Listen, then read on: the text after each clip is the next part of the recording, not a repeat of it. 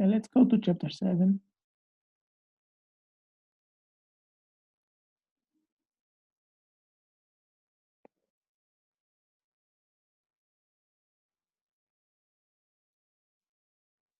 In this chapter is about hypothesis testing for multivariate models, and primarily it's about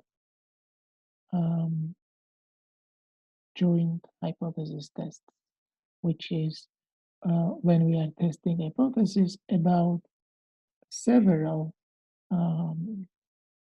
parameters.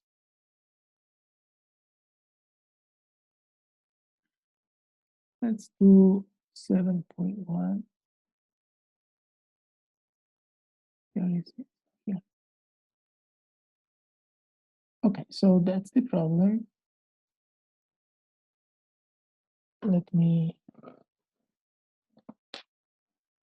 this needs table. I remember. For each of the three regressions, compute the p-value of the test of the hypothesis that the coefficient in college is 0 against the two-sided alternative that it's not 0. So guys, please try to follow. Please read the problem 7.1. Think about how we do it, and I'll do it with you. But before you start any problem, I suggest you guys to read the problem really well so that you understand what the problem is about, what they are asking, and then start solving. For example, in this kind of problems, we need to know the types of variables because sometimes they might be asking about the interpretations of the coefficients. So to interpret the coefficients, you need to understand the variables well. You need to understand whether the variables are continuous, whether the variables are binary. In this case, binary we know means that it only takes two values, right? For example, male, female, gender is a binary variable. Maybe okay, so sorry guys, I don't know, but the rain, no rain. When you have only two outcomes, right?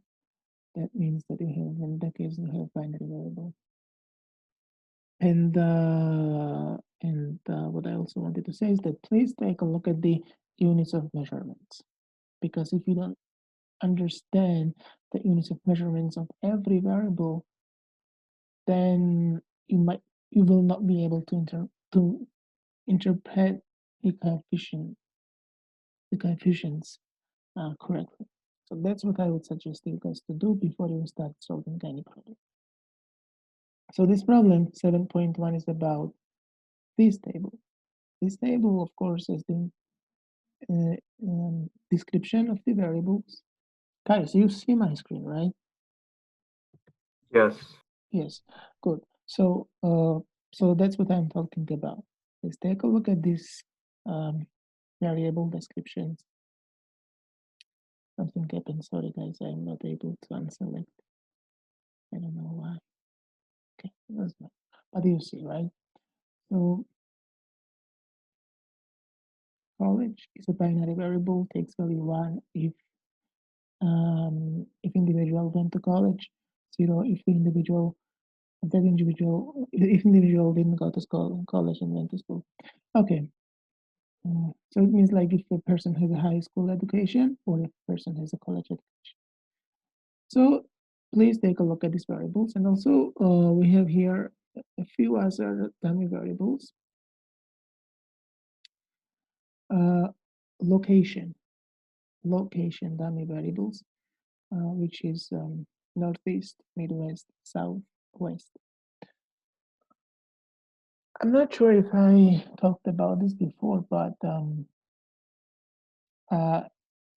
we cannot include all of the dummy variables into the model because that will generate dummy variable trap, which means that we will have perfect correlation between variables. I will very clearly, I will more in more depth explain what dummy variable trait means, but it's related to these dummy variables. If you include all dummy variables in the model, then you automatically generate dummy variable trait. So they'll be perfectly correlated with the intercept. Think about this. Think about this before I explain this in details. So, what you have to do, you have two options then. Either you can run a model without the intercept and include all of the dummy variables, then it will not have perfect correlation between the dummies and the intercept. Or what you could do is that you can exclude one of the dummies and you can include the intercept. That's what people are usually doing.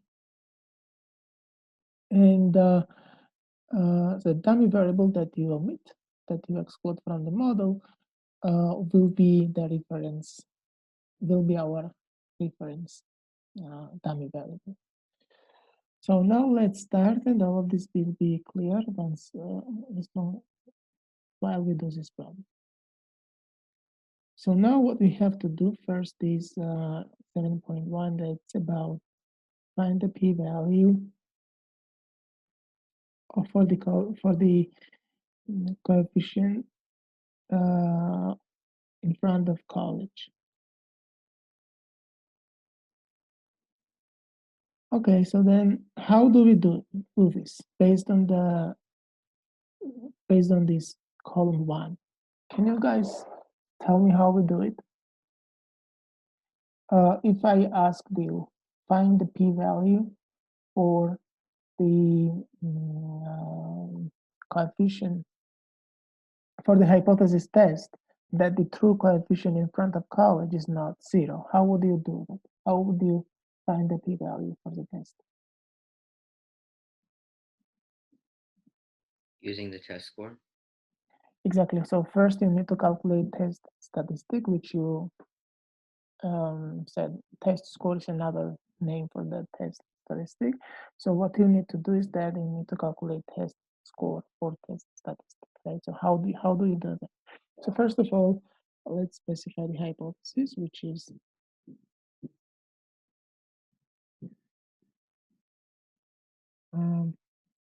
I have to copy this, otherwise it will be really difficult. How do I? Now I will be able to copy all of this, and then paste it in our blue book, blue work. Okay, so then that's it.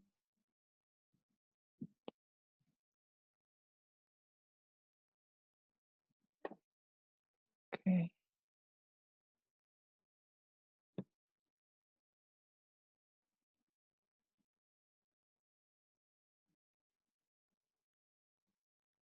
Mhm.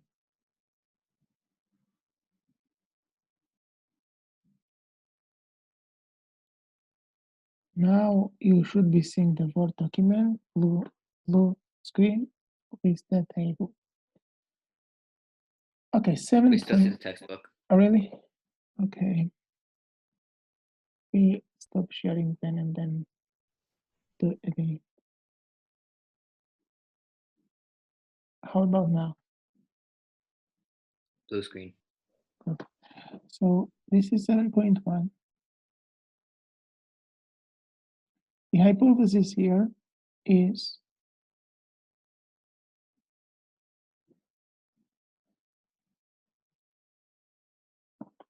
what? That beta 1 equals 0. Because why? Because it's about, let me change the color because I think it's better because you'll see clearly what we do. So it's about this variable. It's about the coefficient that stands in front of this variable. So this variable is x1. Do you see, guys? That's why I have the hypothesis where I say that beta 1 is equal to 0, and the alternative, they say it should be two-sided in the problem that's indicated beta 1, then it's not 0. As you correctly noted, first you need to calculate test statistic, which is what? Beta 1 hat minus the hypothesized value, which is the value of beta 1 at the null hypothesis. This is in our case clearly 0, and then you divide it by the estimated standard deviation of the estimated beta 1, right? So do we have all this information? Yes, we have, because we see that the estimated coefficient is 10.47 minus 0, and they divided by the estimated standard deviation of the estimated beta 1, and that's 0.29. And that is equal to, let me see.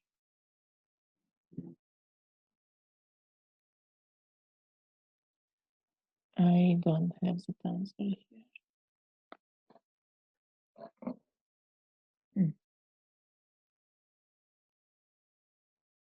I have to do it in Excel.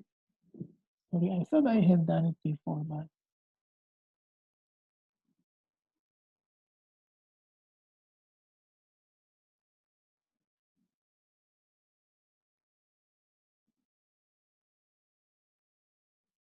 okay. Equals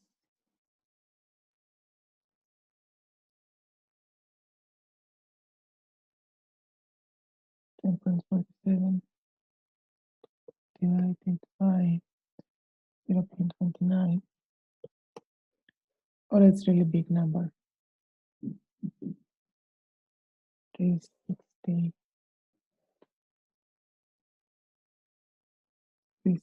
3610.345.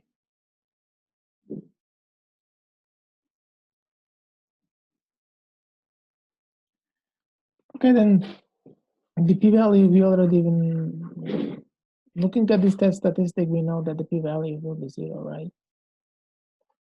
So, but what's the p-value in this case? The p-value is what? The p-value is, so okay, let me do this.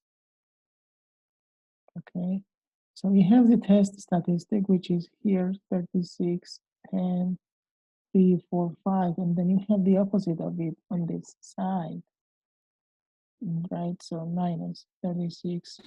I'm sorry, I do have a question. How is it 3610 if we just divide 10 by 0.29, right? I don't know, I did it in Excel, let me see. I got 36.1035. Oh, okay, so I should have divided 10.47, right? I divided 10,047. Oh, it was 10.47. Yeah, sorry. Yeah, no, I'm sorry. So it should be, you're right. So this is 36.10345. That's right, right? So then this is 36.10345. Same thing here. This is not correct, and this is minus 36.10345. And then the p-value is that area plus this area, but we know that these two areas are the same. So you can then say that you can then write that p-value equals 2 times the probability that, what is here? Capital Z is measured on this axis, right? On this horizontal axis, right? That this capital Z is less than what? Minus 36, 10, 3, 4, 5. You can do this in Excel. There's no point to do it right now because this is 0. Because why? We already know that this we know that from the table that the probability is that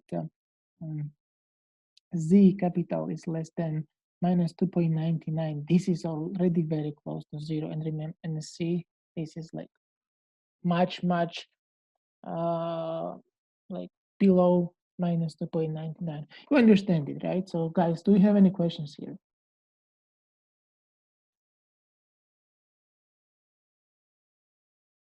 Guys, do you have any questions? No. Good.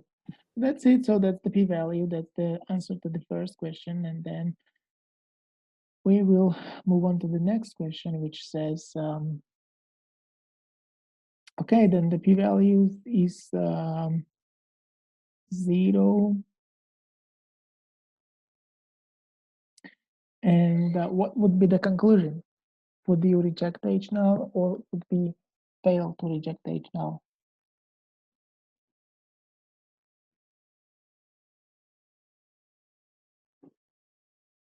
We would reject H null because that p-value, which is 0, is like less than even 0.01, which is like 1% significance level.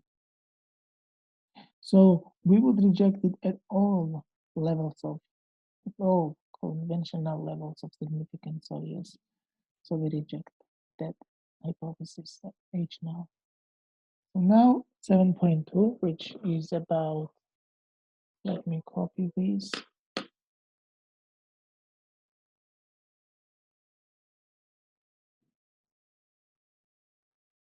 Okay. I'm sorry, but how do we know what's the level of significance? Is it given in a problem or? It should be, but the thing is here you don't really need it because you obtain p-value which is like literally 0. So it will be less than even, it is less than even 0.01, right? Do you see what I mean? Yes. So we have how many? So we have only 3 conventional levels of significance. That's 1%, 5%, 10%, right? And if you reject H null at 1%, that means you reject H null at any higher significance level. So let me ask you. So we reject H null. That means what? Can you tell me? What does it tell us that we reject H null? That means that beta 1 or x1 has an influence on what the outcome. That's exactly right, and you are confident in that by very high confidence level. In this case, like if we reject this p-value is 0, if you are even like it's less than 1%, less than 0.01. So you can say that you are more than 99% confident that based on the data set that we have, under the assumptions that we make for the OLS model, that X has influence on Y, in this case X1 to be more precise, right? That's what it means. If you reject H now, that means that the variable is important in a sense that the variable does affect your dependent, that independent variable affects the dependent variable. Now let's do 7.2. Professor? Sure, yes. So I just wanted to know, what was question 7.1? Like, what were we asked to do? Is it just to find the p-value? And test the hypothesis, right? So do you reject H now? Do you fail to reject H now? That was the question. Okay, and so which rule did you use to reject it? Is it the So I already like some of you, one of you asked me what's the level of significance, right? So if you want to make a decision, what is going on? Sorry guys, I don't know. So you have to have this significance level, right? So you have to have this alpha, right? So specify something. yeah. Let me close this, guys. I'm sorry, but I have to close this and then reopen. So but then the significance level is not specified. So what's going on? Does it really, you have to have the significance level, but when you have the p-value very close, like indistinguishable from 0, then do you really need a significance level? It's even like 0 is less than anything. less than anything positive, right? So we got p-value. Let me share if it is not shared. I don't know. So if the p-value is like really small, do we reject, regardless of knowing the alpha? Yes, of course. So then we have like we got p-value which is like 0.0000. That was our p-value, right? And then you have these alphas, like alpha has two conventional levels, 0.01, 0.05, or 0.10, right? And then this, clearly this is zero, right? Literally zero is less than anything. So here in this particular problem, you don't really need to have this significance level to make a conclusion on that, because p-value is like literally zero, not like it may be like 0.000, and maybe here is 1, but it is 0, right? Up to the like do you see what I mean? But usually you have to have these significance level alpha when you are testing hypothesis. How do we know alpha? Alpha is pre-specified, right? Because you choose the level of significance, you choose the level of confidence, you are choosing when you say something, how confident you want to be, right? And you always want to choose a high significance level, sorry, high confidence level, which means less significance level. But then there's a trade-off between the power of the test and confidence of the test, because when you increase confidence, you reduce the power of the test. But so there's a trade-off, right? So because of that, we have only 3 conventional levels of significance, and therefore conventional levels of confidence, because confidence level is 1 minus significance level. Am I clear? Yeah, so you said we would reject here. Yes, we will Right. reject because p-value Yes. is less than even 1%. All right. Professor, one more thing. Sure. Sorry, I'm having a little trouble hearing you. Do you mind speaking just a little louder, please? Sure, I'll try. Thank you. So Thank you, Professor. no problem. So let's do 7.2. Is the college high school earnings difference estimated from this regression statistically significant at the 5% level? We are still in column 1. Okay, this is like I have to change the color. Guys, it looks like it will be better if you also open this because I'm having some trouble today on this Word document. So now we are still in this first column, and they are asking, is the college high school earnings difference? First of all, when you look at the table, what number measures the difference between college high school earnings? What number in this table measures the estimated difference between college and high school earnings when you look at this table? Is it 0.29? It is x1. This is a dummy variable, college. And that's why I said, please take a look at the variable descriptions. College is 1 if a person has college college degree, and the 0 if a person has high school degree.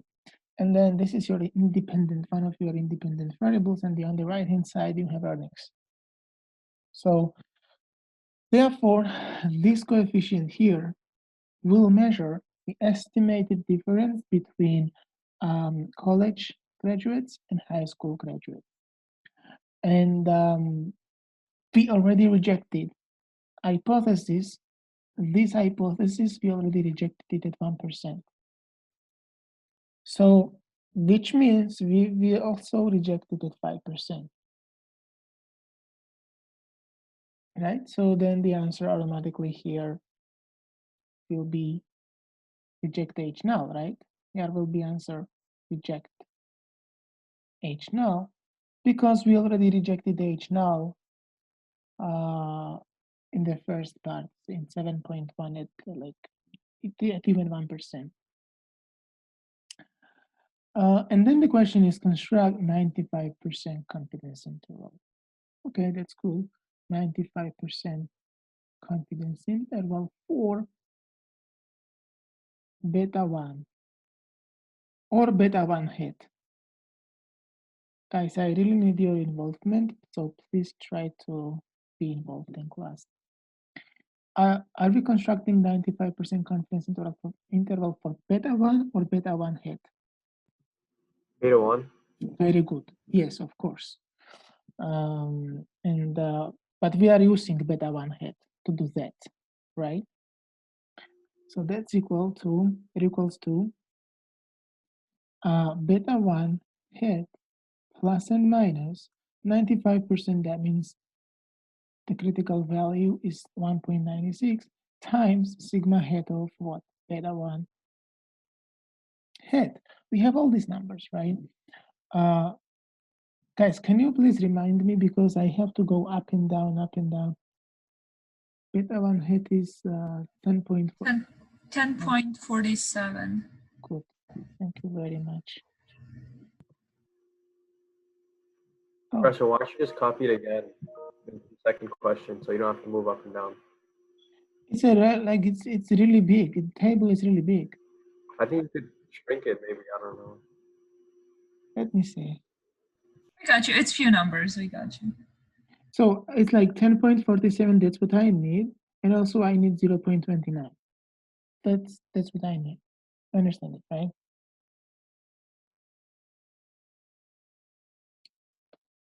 So 10.47 plus and minus 1.96 times 0.29. So you'll get two numbers, right? That will be the confidence interval for this question. And the confidence interval is, if you do this, guys, I did this before. I'm not sure if the numbers are different, but hopefully not. And yes, numbers are different. So I will not. So whatever I did is based on different numbers, guys. So I will have to recalculate everything. So please don't make me to do that. So you'll get a number here and you will get a number here, right? You get the lower bound is 9.9016 and the upper bound is 11.0384. Thank you very much. Upper bound is 10 point what? Sorry, it's 11.0384. Good. Very good, guys. Now let me, I think that's it for this 7.2 part A. Part B is the male-female earnings difference estimated from this model, statistically significant at 5% level. So first of all, you need to see what's this. What number measures this difference? Difference in the estimated earnings of males and females. It will be the estimated coefficient that stands in front of a what? Dummy variable female. Do you see what I mean? So is it negative 4.69? Yes. So, but do you guys remember we did a problem where we were estimating, where we were testing hypothesis about the gender wage gap. I think it was a few classes before. Was this chapter 6 or chapter 5? I think it was chapter 5. 6 or 5, something like that. We had a problem about testing hypothesis whether there is where the gap between the earnings of males and females is significant or not, and the gap is measured by the coefficient estimate, by the estimated coefficient, in other words, stands in front of the dummy variable gender. In this case, female is the same thing. Right? Female is a dummy variable if a person takes a value 1 if a person is female and 0 if a person is male. I hope I'm clear, guys, but I also want to trigger you think more, think about this, understand everything, and also ask questions. So this minus 4.69 measures that difference in the earnings between males and estimated earnings between males and females, and of course you need this estimated standard deviation of this beta. This is x2, right? So then this will be therefore beta 2 hat, right? So then you need this also sigma hat of beta 2 hat, which is 0.29. So then if you want to test it at 5%, again, you need to calculate the statistic, which will be minus 4.69 divided by 0.29. This is 7.2, part B. So, and I forgot the number. It's minus 4.69 divided by 0.29.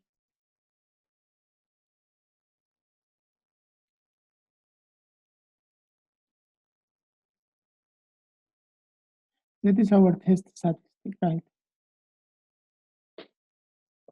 And that's also a very small number.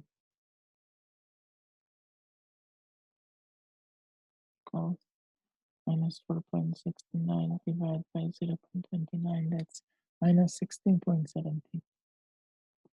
And then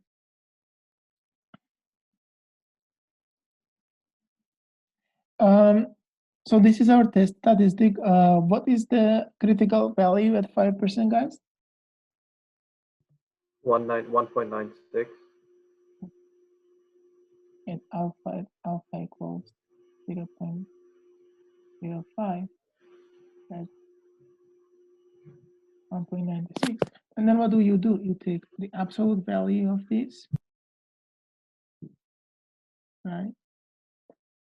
And this is again, this is positive, and so then we will have 16.17, 1.96. This is greater, so that means reject H naught at 5%.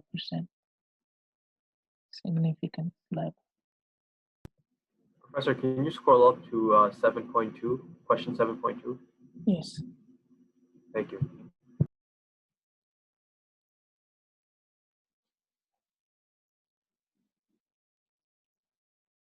This.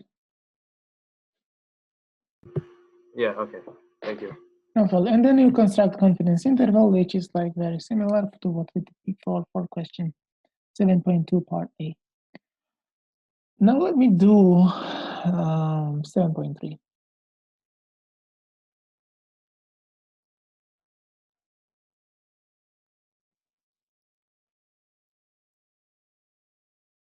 Okay, let me copy.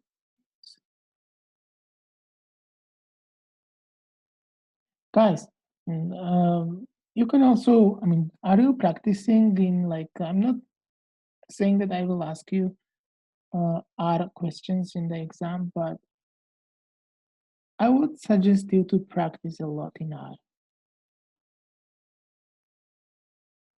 for your benefit. And I will also do some more problems in R. But we already did some problems in R, so you can already do some practice.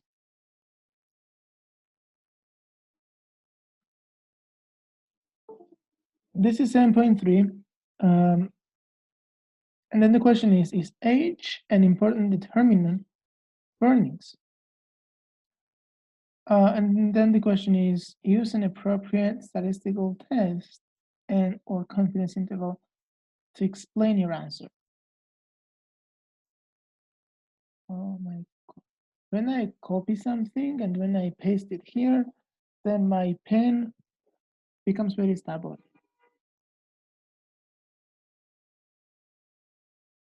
I'm writing something here and it goes here. I really don't know what's going on. Let me say.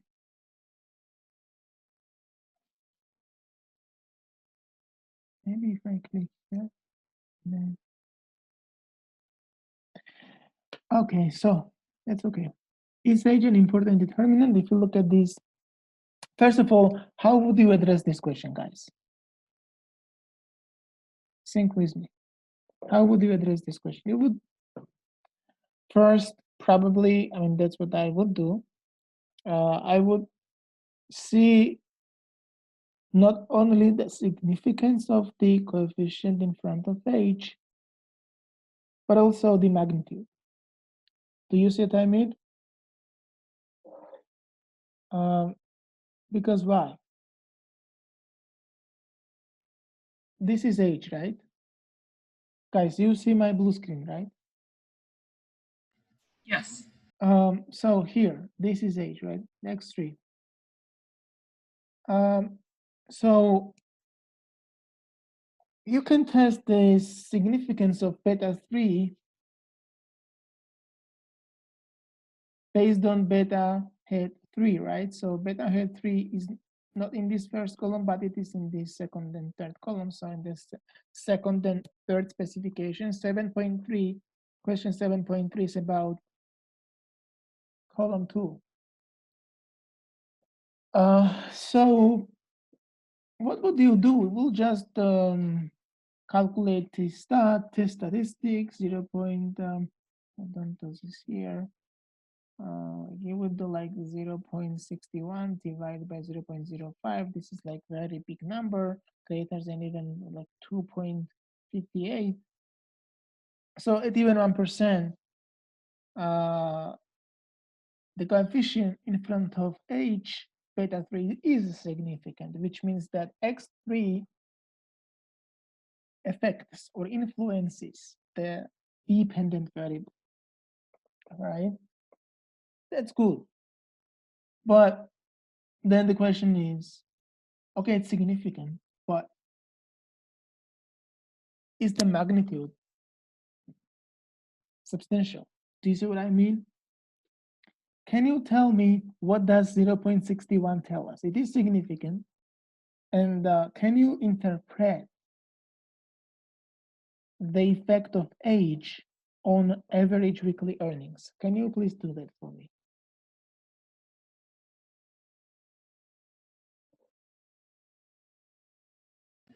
Do they on average increase by the increase of unit in age, something like that?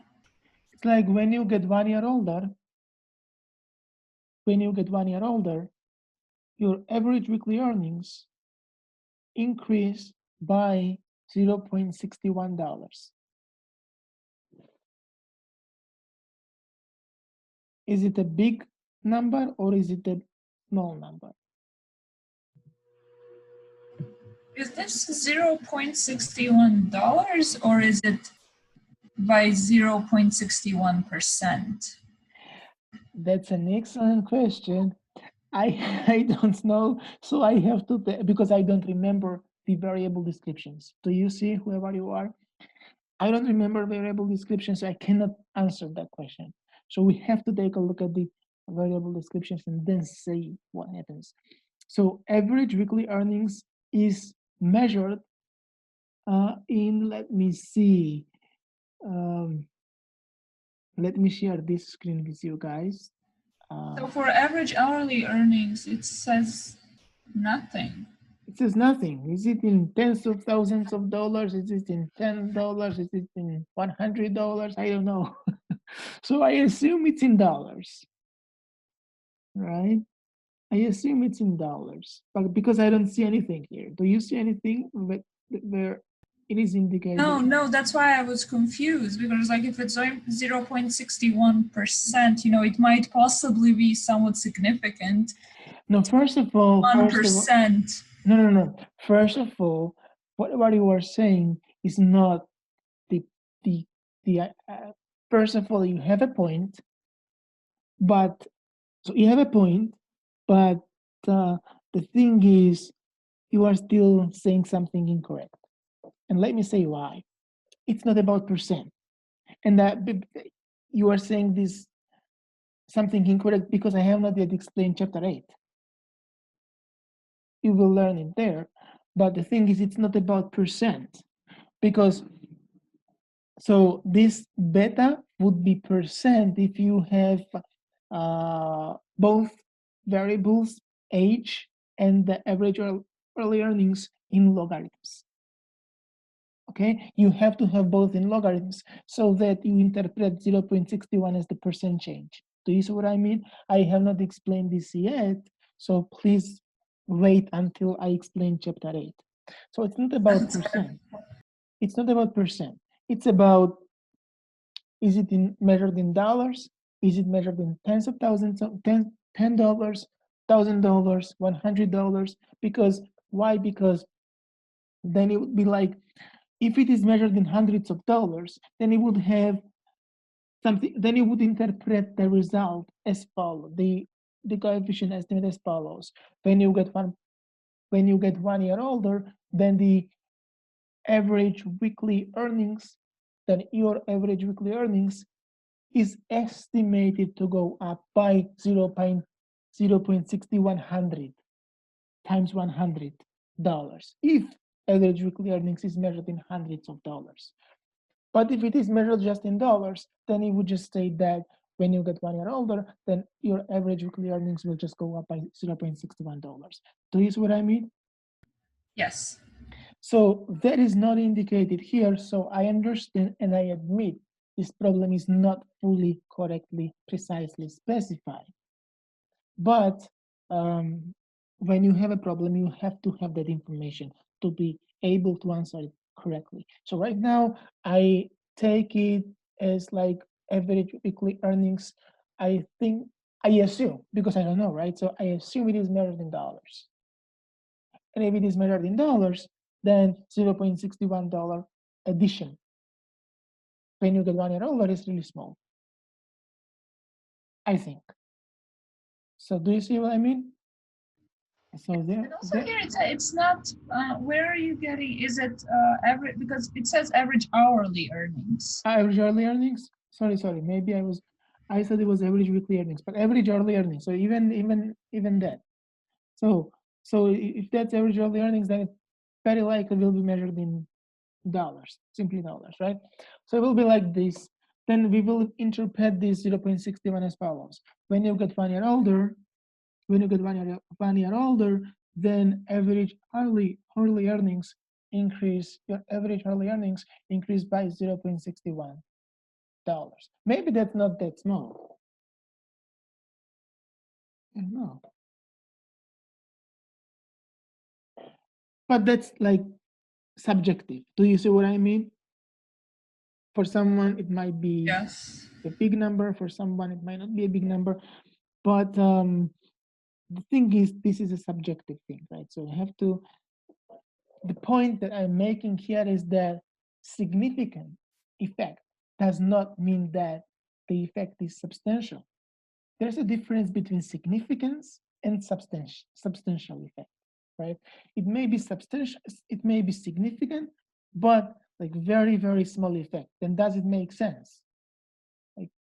Like if I like have this kind of situation that let's say I find that if I make investments in education, let's say my model based on the data I have estimates that average test scores on average go up by let's say 1%, let's say 0.5%. Does it really, is it really worthwhile to make that investment then? So if you see that the effect is not substantial, then you are thinking about, do I really want to make this investment? But if you have substantial effects, then you will make that investment. It will be good investment, right? That's what I'm saying. Nothing else. And now let's go back to 7.3 part B. Okay, so Sally is, so guys, this is nothing. Sally is 29-year-old female college graduate. Betsy is 34-year-old female college graduate. Construct 95% confidence interval for the expected difference between their earnings. So Sally and Betsy have the same characteristics, but age. So they are different. They have different ages, but otherwise, other characteristics are the same. They're both female. They're both college graduates. So that makes our life easier because then age, variable age, we will use variable age to construct. We will use the estimated coefficient for this variable beta h hat to construct 95% confidence interval for what? The expected change between their earnings. So what we will be doing is the following. So first we will construct confidence interval for beta hat h, which will be what? Beta hat h minus. Yes, sir. We don't see the blue screen. We're still on the PDF. Sorry. Beta hat h plus or minus 1.96 times sigma hat of beta hat h, right? And then you multiply this by what? 34 minus 29. And that will be the answer to this question. You simply plug in the numbers here for beta hat h and sigma hat of beta hat h. So what are those numbers? Beta hat h is 0.61, right? And this beta hat h, sorry, sigma hat of beta hat h 0.6, 0.05.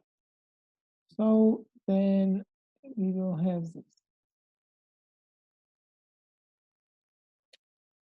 34 minus 29 times 0.61 plus or minus 1.96 times 0.05.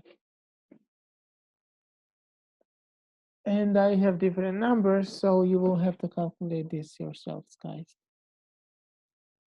because I have different numbers.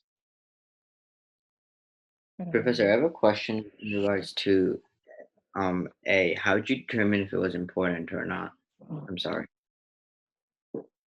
You just look at the, in this case, you look at the significance. We see that this coefficient in front of h is significant, but the thing is it important? So based on the fact that it is significant, can you say that's important? Okay, you need to also see the magnitude of the effect. And the magnitude is like, that's subjective, right? So because the interpretation, as I said, is what in this case? If the average early earnings is measured in dollars, then the interpretation would be what? Of beta hat h would be what? That when you get 1 year older, your average early earnings increase by $0.61. That's not very small, that's not very high, but so it is subjective, right? So in this case, the textbook does not really look at this magnitude thing, it only looks at the significance. But what I wanted to tell you guys is that based on the significance, you cannot really talk about the importance of the effect. For like to draw more intuitive, more sensible conclusion, you, in addition to the significance of the effect, you need also to take a look at the magnitude, how substantial the effect is. That's all. So, Professor, what would you say the answer is for Yeah, for the, this. the, the textbook, as I said, the textbook does not really take into consideration the magnitude thing. It only looks at the significance. So in this case, it would be, it is important because it is significant. I'm just saying that's a wrong conclusion, Okay. probably. Wait, how would you determine the significance of beta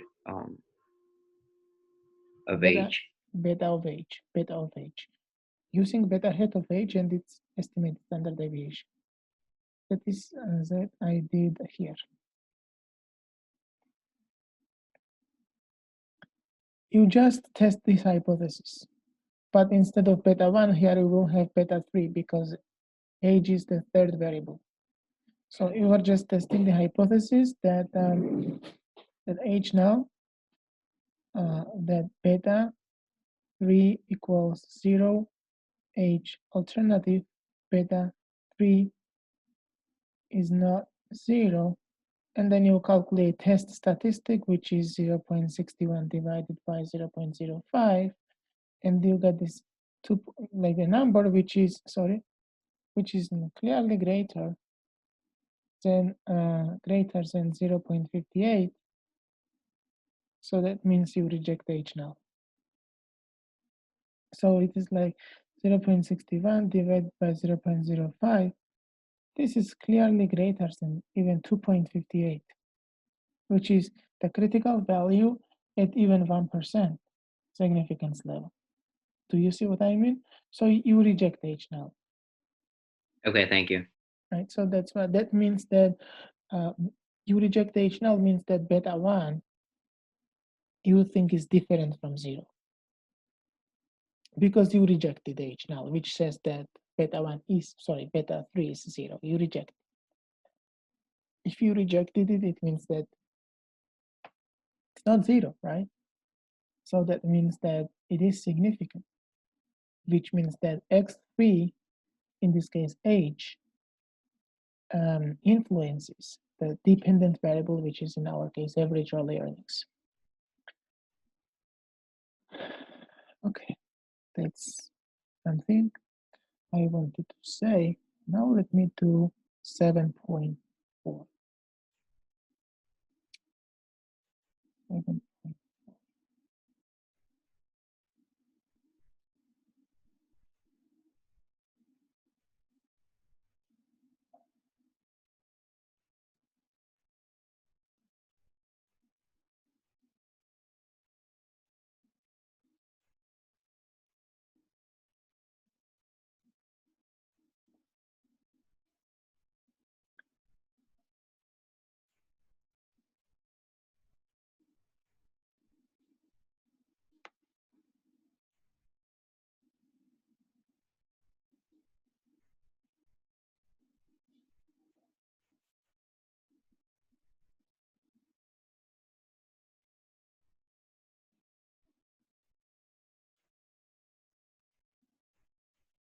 So 7.4 part A.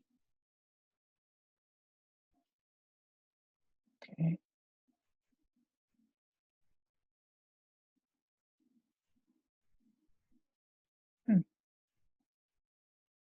What is happening?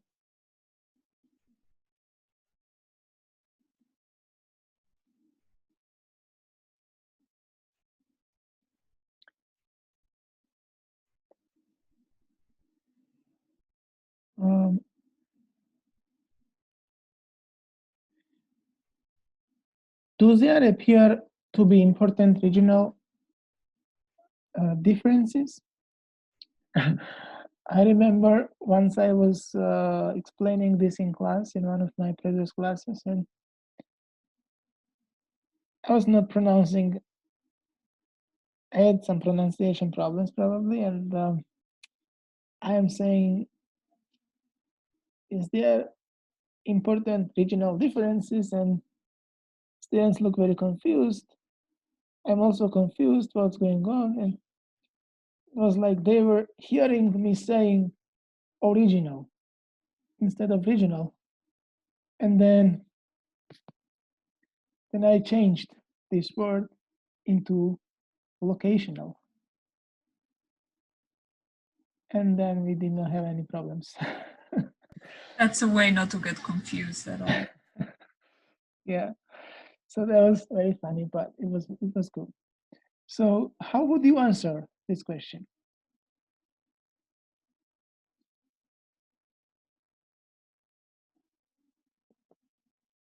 It's always hard, and I think I asked you this about homework as well. It's like when it says isn't important, or like what is considered to be important? What is the measure? If you ask me, I look at two things. One is the effect significant? And the other thing that I'm looking at is the effect substantial? Is the magnitude substantial? This textbook completely disregards the magnitude, which means if you find the effect is significant, then it treats the effect as important.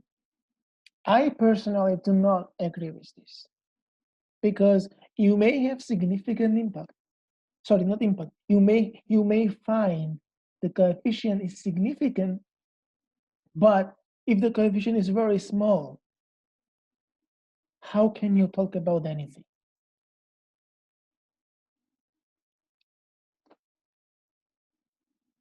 I will just say that significance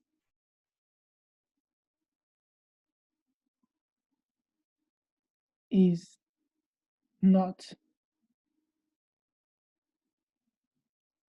does not necessarily mean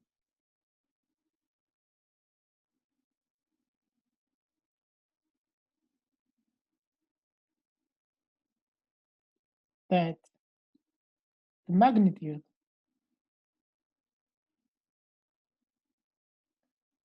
of the effect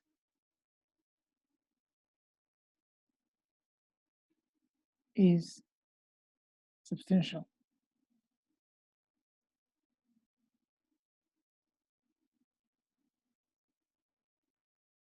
And as I said, substantial, that is completely subjective. Because whatever is substantial for me might not be substantial for you. But significance is not always a precise indicator of like big effect, because you may find the coefficient is significant but very small. So in this case, what the textbook is looking at is just are the locational dummies influencing the dependent variable. Do you guys see what I mean? So we have this locational dummies. I talked about this when I started this problem. And this question asks, or at least that's how it answers this question, whether the coefficients in front of the locational dummies or regional dummies are significant. And you know how to do it, right? Because if you go up to this table, the locational dummies here are northeast, midwest, south. So they are included, in the third column, right? So what they are asking is to test whether these, like this is x4, so you will have this beta 4 here. This is x5, this is, therefore you will have beta 5 here. So this is x6, so you have beta 6 here. So they're just asking two things. So remember, guys, beta 4, beta 5, beta 6, okay? So what you would do is the following. They're asking, what is the H null? What do you think H null is?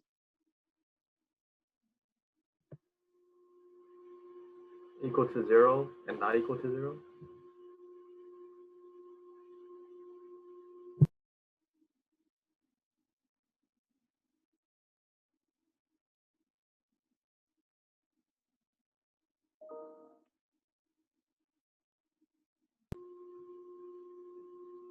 Professor, do you mean beta 4, 5, and 6? No? Yes, no, I don't. So what did I do? I can't remember. Beta So- hat. I mean beta hat. No. Okay, I understand. So that means that we need to understand this better. So it's hypothesis is never about beta heads, Oh, right. Yeah, okay, yeah, I got it. right? You are testing hypothesis about something you don't know. It is there, but you don't know. You are using beta heads for that.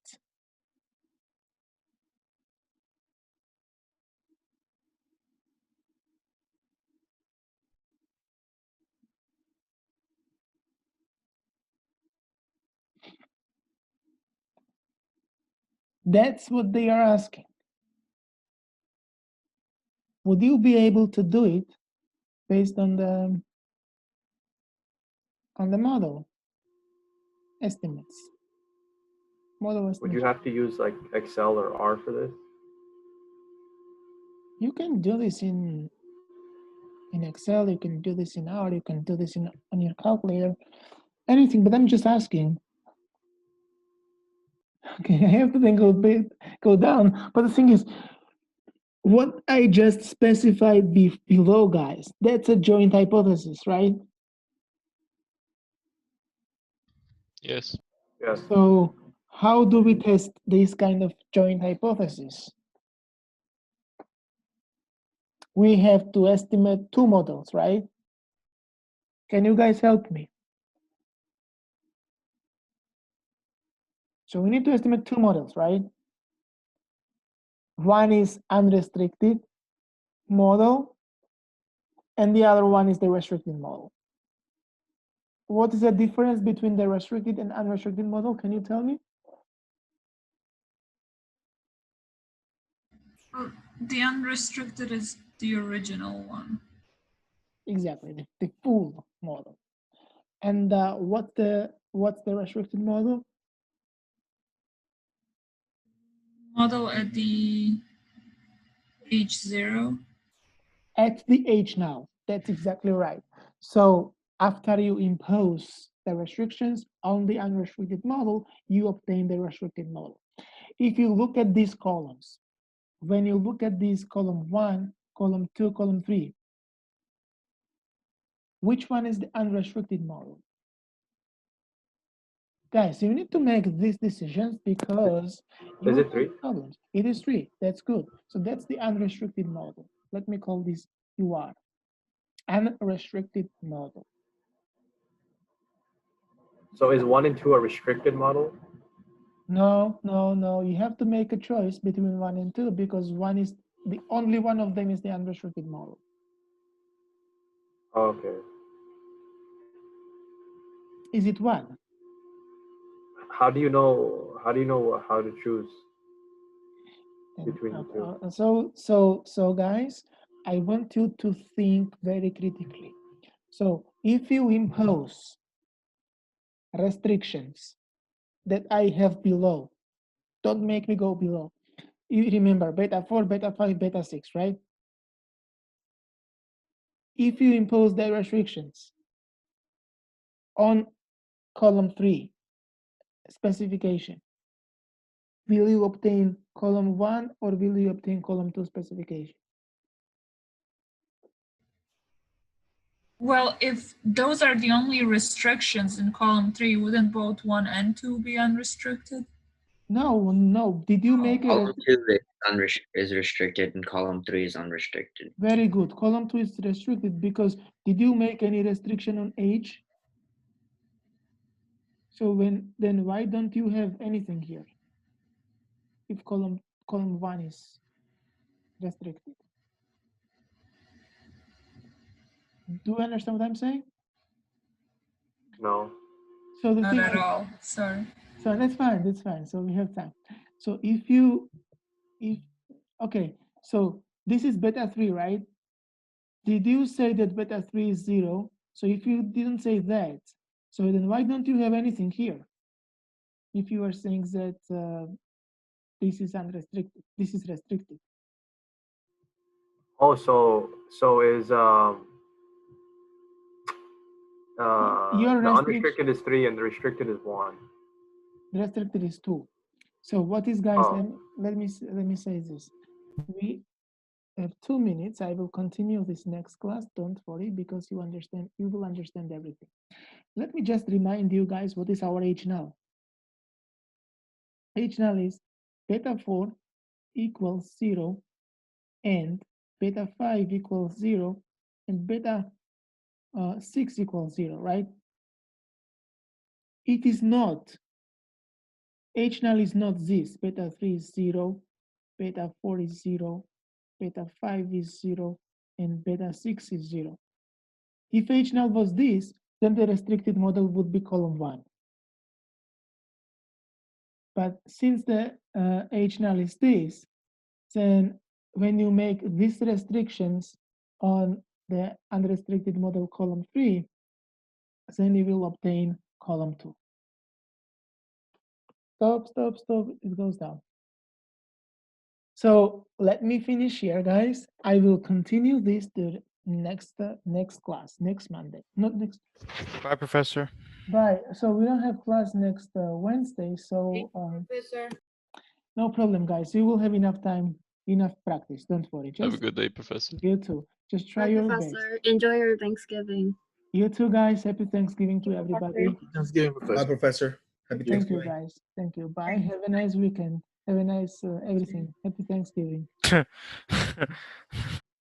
Professor, so I kind of wanna. Can we go back to the blue screen? I just wanna. Oh, really? Okay. I closed it, but I can go back. Oh, okay. No, I just want to get it before we go on this week of break. So okay, sure. Let me I don't forget. answer your questions. Sure. So essentially, if we're restricting so we said column 3 is the unrestricted, and Yes. if we're restricting, basically there would be a blank. Exactly, that's what I'm saying. But if you are not making any restriction on beta 3, on the Then it wouldn't be blank. right, it will not be blank, right? And it is blank here, so that's why this column is not this first column is not the restricted model. Do you see what I mean? Right. So we're only restricting 4, 5, and 6. So Exactly. That's why it has to be blank. Yeah, Okay. and also it depends on what is your restriction. If you are restricting that those coefficients are 0, that's the key here. That's your restriction. They are 0, so that means that the coefficients disappear, the variables disappear. So you don't have anything here. You don't have anything here. You don't have anything here. But you have to have something here, because you did not make any restriction on beta 3, which corresponds to x3. So when we're dealing with restrictions, we're essentially testing the model when we take out the three variables. Is that? If you have 3 restrictions, yes. Maybe you have 1. Okay. Maybe you have 2. Also, okay. Let me just say this is the restricted model, and this is unrestricted model. Column 3, column 2 is restricted in this case. And then you need to take a look at these R squareds, number of observations, K, which is number of independent variables in the unrestricted model, number of restrictions, which we denoted by Q, which is 3 in this case. So, and then you will be able to calculate what? Can you scroll down? I can't see what you just wrote. Okay. Did you write something? Okay. No, I just said this is the restricted model, this column 10, this is the unrestricted model. This is restricted. Sorry, it's just so hard to understand. Like, isn't there in third column, aren't those restrictions for North, East, Midwest, South? So if those are restrictions, how is the column unrestricted? No. Unrestricted model is column 3. You have everything here.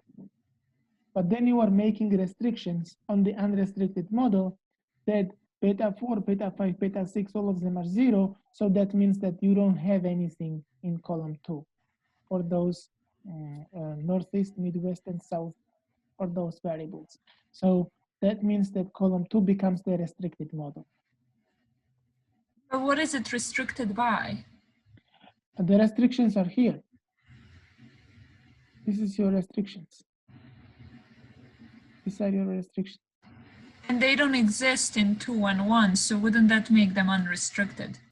But yes, but the thing is, if you are making only those restrictions, right, then you have to have something here, right? For beta 3 hat, you have to have a number, because you did not say that beta 3 is equal to 0. You did not restrict beta 3 to be 0, right? You restricted only beta 4, beta 5, and beta 6. We did not restrict beta 3. So therefore, beta 3 should have some estimated value, which is beta 3 hat, which is in this case 0.61. So here we don't see beta 3. It is like as if we made a restriction on beta 3 as well to be 0, but we did not do it. So therefore, column 1 will not be the restricted model. So the restricted model will be column 2, and the unrestricted model is column 3. Okay. But I will go back to this, guys. You also think about this, and don't worry, we will get enough practice. But you can already start working on the assignments, right? And we will solve more problems in class. Makes sense. Thank you for going over this once again. No worries, guys. Thank you very much for being here, and I wish you a good weekend. Happy Thanksgiving, and see you on Monday. Happy Thanksgiving, Professor. Thank you, guys.